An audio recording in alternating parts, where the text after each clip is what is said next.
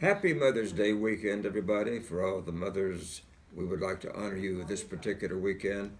There are so many wonderful reasons why we owe you an insurmountable gift that we want to be able to repay. But it all began in 1907 when Anna Jarvis honored her mother with a special ceremony, a memorial ceremony at St. Andrew's Methodist Church in Grafton, Virginia. And boy, has it taken off since that time. I'm Gary DeLaune, Ronquita, my co-host on live and Lone Star Saturday Live on Facebook. We want to say get well. She's been ailing this week. She's had some difficulties from previous surgery. And our special guest is a longtime friend of mine, Rick Griffin, who is here to talk about not only this erratic weather we're having, about the election runoff coming up, but also about Mother's Day. And I know you have a lot of fond memories. First off, welcome to our program on Lone Star Saturday. Thank you, Gary. And good to be here. You have a great background in Texas, and you were a long-time Cadillac executive as you sold cars in South Texas. And we know that now that you're retired, you're a very busy guy anyway. Trying to stay busy, yeah. After 32 years, I had a great career in that, and so it's good to be here with you, and especially celebrating Mother's Day weekend. Now, is your mother still with you? She is, and she's up in North Texas, north of Fort Worth, and she's 74 years old now. She's still young. She's still young. My mother was an inspiration. She passed away back in 1983, but there were so many lessons that I remember so vividly that she taught us all through the years. And you know how mothers are teachers, tutors, they are counselors, psychiatrists, doctors. They do so much to raise their child, whether he's or she is a problem or not. We are brought to you today, as we have been this past, 10 or 12 months, by Insure One. That's John Lester's insurance agency, and we have so many reasons to tell you why he is the best there is in South Texas. My goodness, his insurance umbrella spreads into the Chicago area. And listen, here's his number now. It is 210-218-5960. 218-0960. That's the number to remember. John Lester, Insure One. Of course, we have the runoff coming up in June. What a heated election that was last week. Greg Brockhouse and Ron Muhlenberg, and total differences in what they want. And what bothers me is that a couple of universities have now said they don't want Chick-fil-A to be sold on campus. Yes, it's a discussion that is controversial. I think there's half of this population that feels like it's acceptable for Chick-fil-A to not have Sunday operations, but Nuremberg's comment was looking for the city of San Antonio at the airport. Well, they call it prejudicial, yeah, because of its belief. Right. Chick-fil-A is a very Christian-oriented organization, Right. and it's a shame that they don't give Chick-fil-A the same respect and concern that they do those minority organizations. Real quick, I'm not getting into this deeply, but there was, in this week's news, there was a story out of a Muslim school where they were teaching the children to use the lyrics, "We're going to have to decapitate the infidel children." I mean, that's pretty bad. That's pretty sick.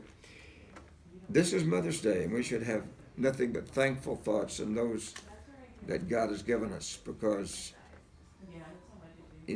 since the beginning of time, the woman has played such a distinct part in the family. I think probably the most important part. To give you an example, though, Rick, and I know you probably have already taken care of the obligation, on this date in 1934, storms hit the Great Plains, and all topsoil was washed away. What was the beginning of the Dust Bowl. Yes. Yeah. And that's when so many Okies put their mattresses and furniture on top of their cars and headed for California. It's called the Dust Bowl in 1934. My goodness. And also we want to say that last year more than $162 million spent in greeting cards for Mother's Day. Yeah, Can you believe that? When you care enough to send the very best. The Hallmark theme, of course. Absolutely. And more is going to be spent this year than last year.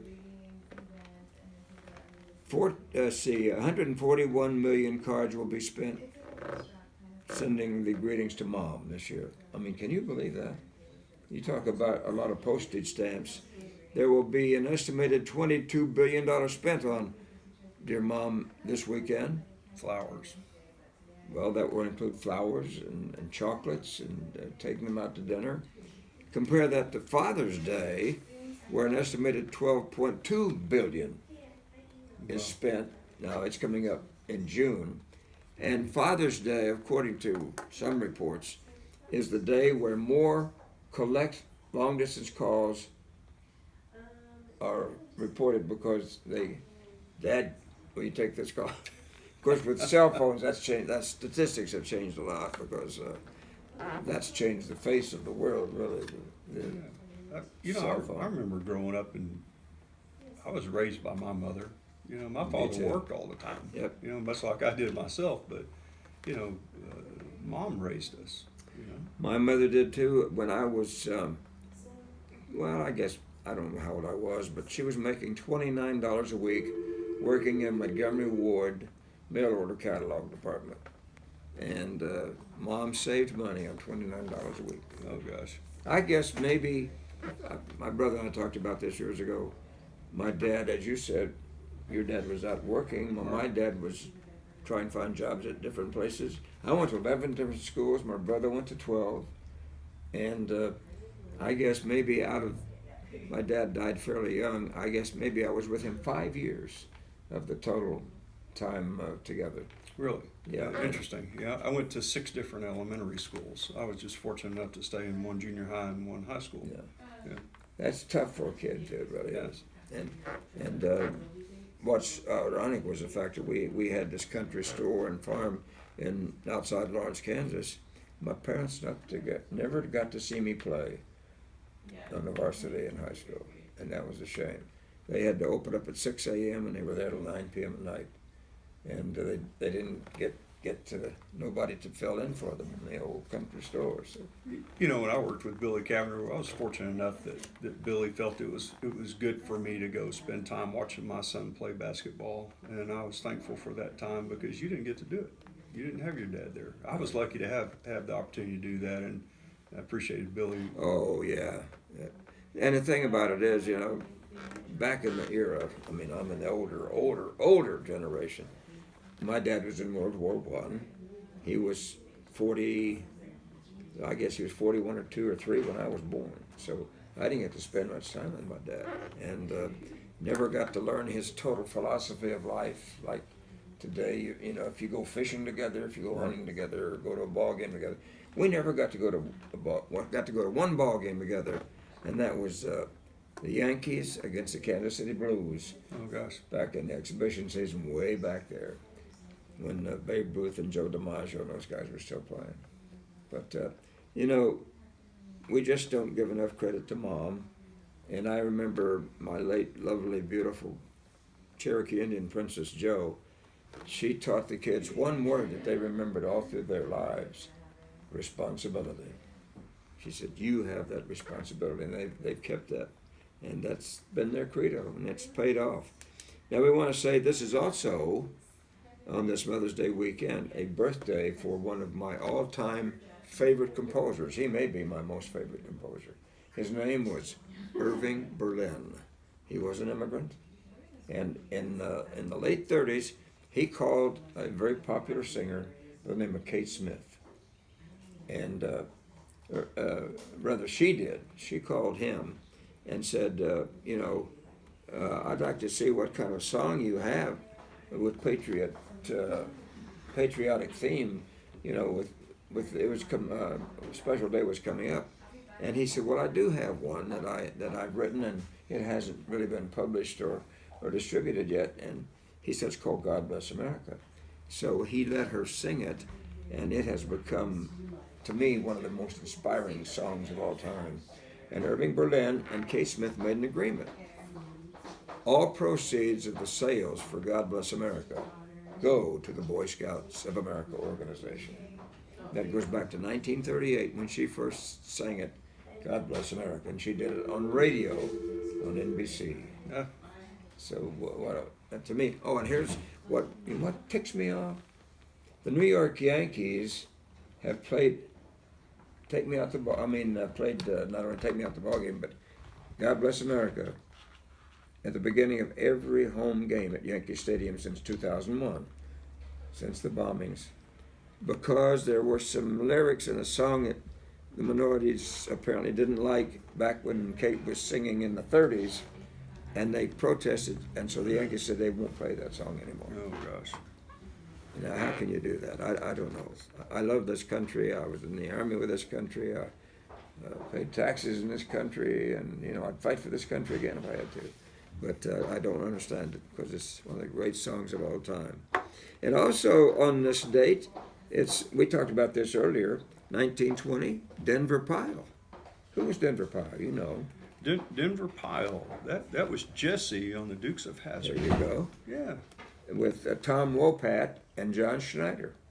Yes. And did you know that John Schneider lived here for a few years in San Antonio? He did live in San Antonio. In Hill Country. Yeah. Hill Country Village. He had a 5-acre place over there. And we did a couple of stories together. We were called the Storm Chasers. And I love John Schneider, a great actor too. And Dukes of Hazzard. And also because the car was what? Remember the car? It was the Rebel flag. It was a Dodge Charger, I believe. But because of the connotation that it was from the South, right? They had to do away with promoting it. He had 3 of them.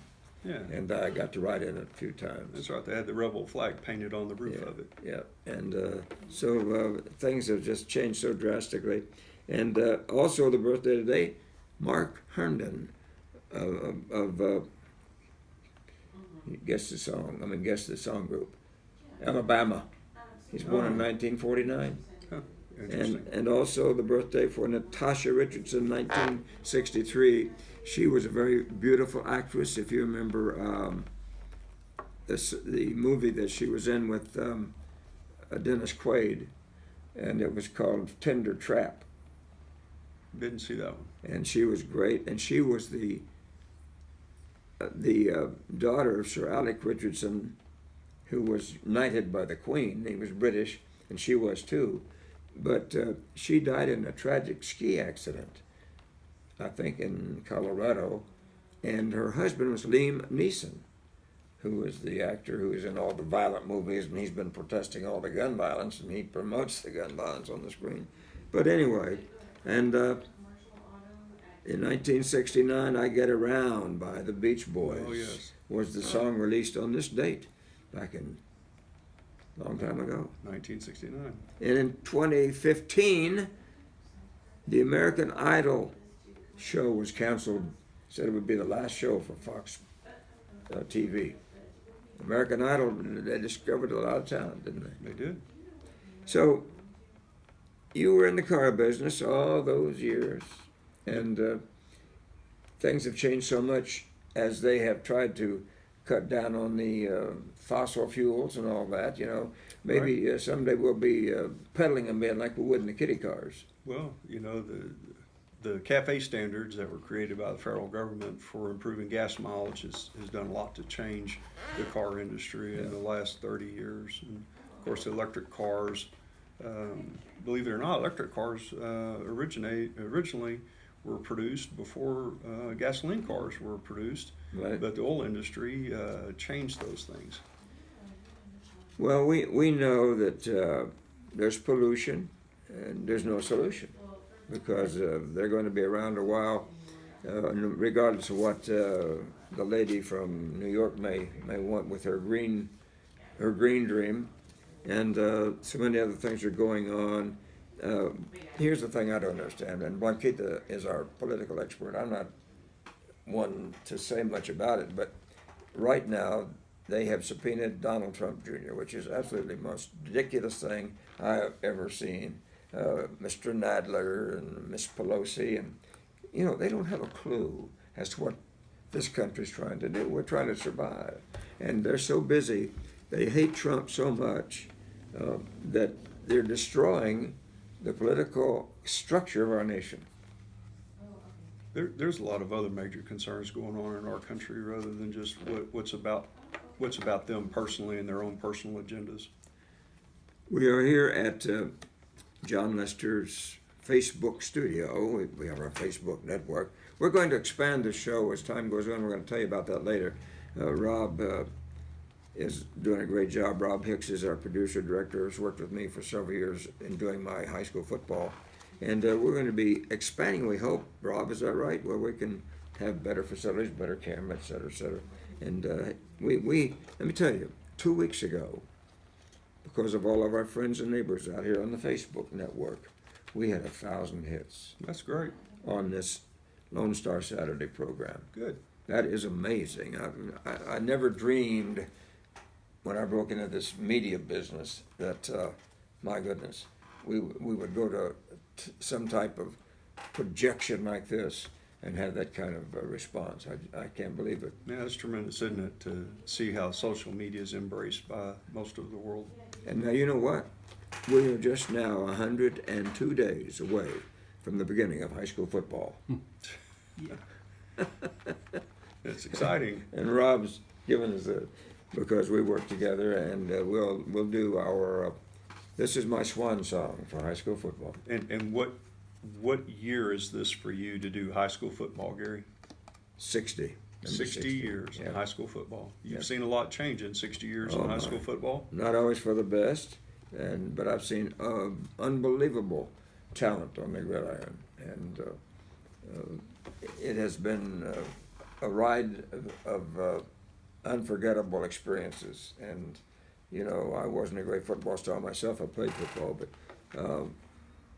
it is such a tremendous experience to have these young men grow up before your eyes. And whether you weigh 125 pounds or 280, doesn't make any difference. You have that same love for. This is the national sport of Texas, high school football. And there's nothing like it. The recent AAF league was evidence of that. We had 30,000 at our home games, and that was the league leading attendance. Yeah. And it would have gone over good, but it was, of course, here it was again, greed, need, and they didn't have the right money seed. So those three things. But great way to put that, Gary. Yeah, but we are always happy to visit with the people that we know on Facebook in San Antonio. Last week, Channel 5, a beautiful young lady, Adi Guajardo, asked me to come over to Channel 5 on the anniversary of Black Friday, which was the parade sniper for the Battle of Flowers. And next week, she's asked me to come over to Channel 5 again so we can discuss the terrible killing of Judge Wood. John Wood was killed in 1979 at Chateau de Jean on Broadway. By Woody Harrelson's father. Ken Harrelson. We were the first on the scene. We were just very fortunate. We were there before the police even arrived. And it was one of those tragic days, and what a wonderful judge he was. And it was, first thought banditos were involved with until they found out who the shooter was. And I was threatened. I was told to get off the case.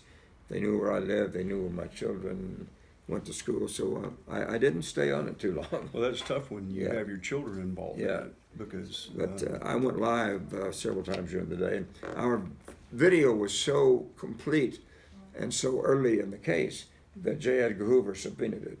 So that is one of those cases. But anyway, we're going to be reminiscing about that next week too. Blanquita, we hope you're better. And we want all of you guys to keep in touch with us. You can call us.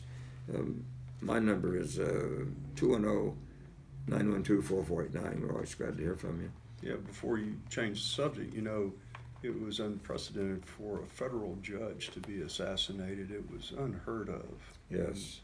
And what a terrible tragedy to deal with for the San Antonio community.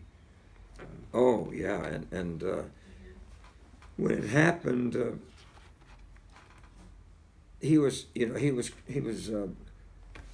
basically a very tough, judicial expert, and he didn't believe in light sentence especially for particular criminal cases. And the Chagras were, as you all know, out of El Paso, and they had this pardon me, drug set up, and Liz Chagra was also involved. You know, that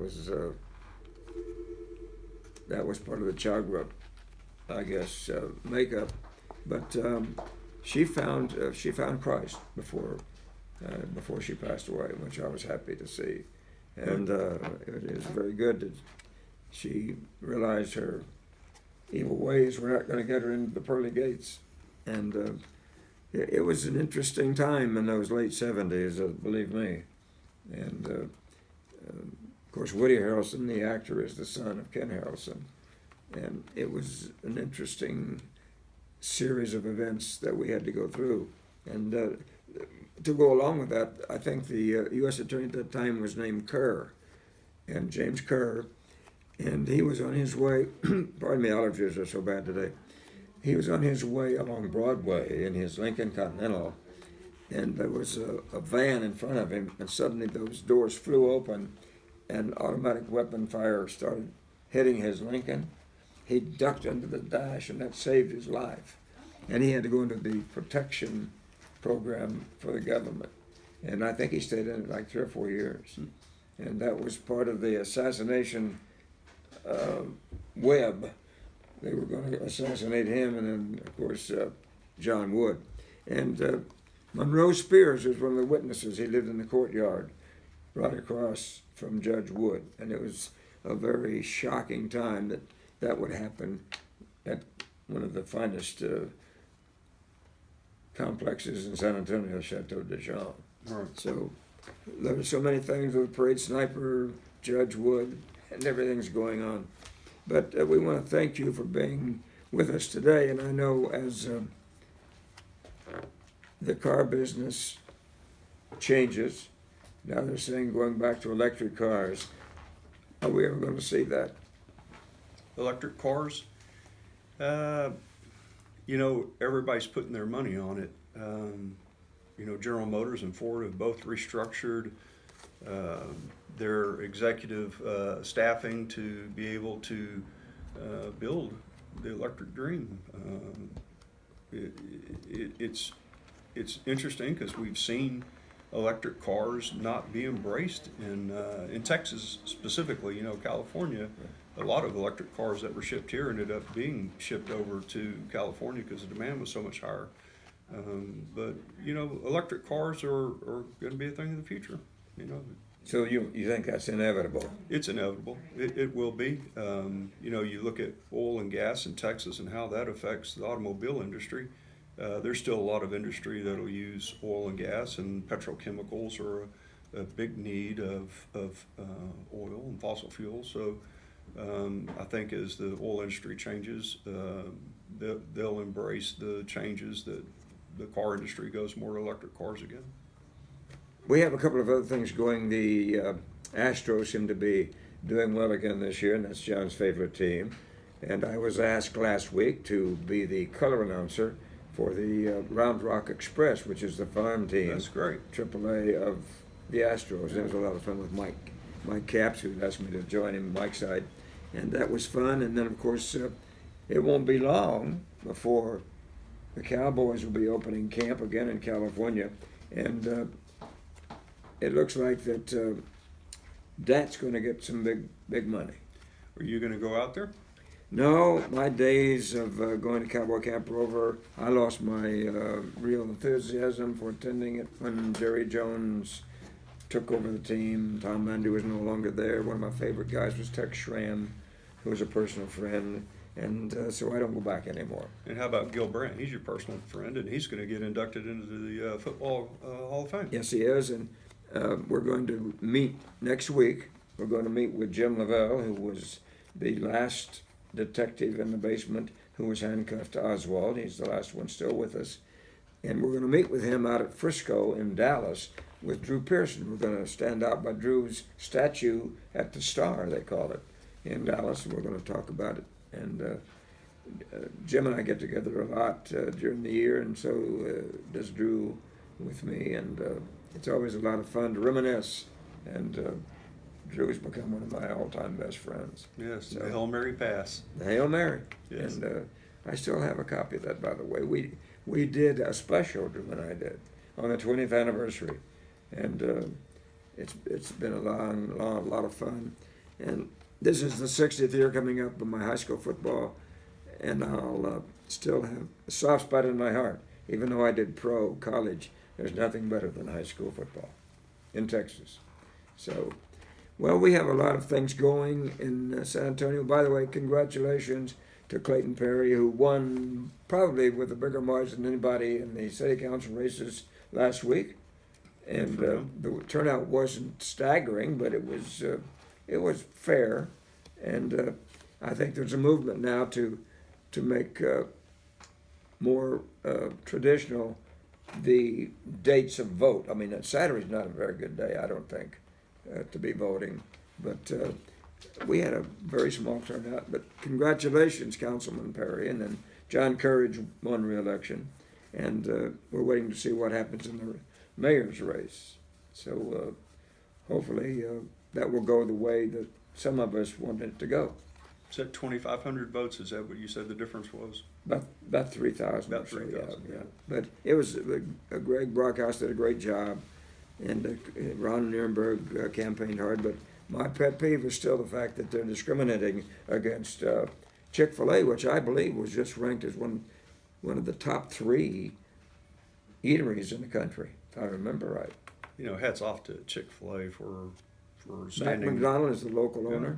Yeah, for standing their ground of Yeah. not being in operations on Sunday. And of course, you know, that went back to the airport because the revenues aren't created on Sundays if Chick-fil-A has that location And I'm sure there. glad it wasn't Chick-fil-A that idiot congressman from Georgia, near Tennessee, when he was eating in Congress.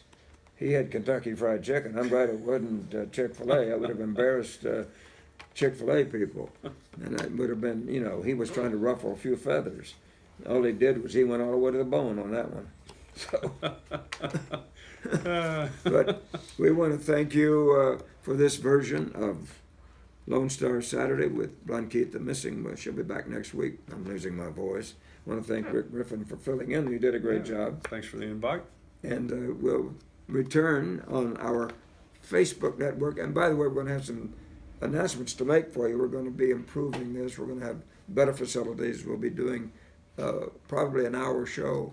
And I want to thank John Lester and Insure One, and thank you for being with us every day. And be sure to give us a call.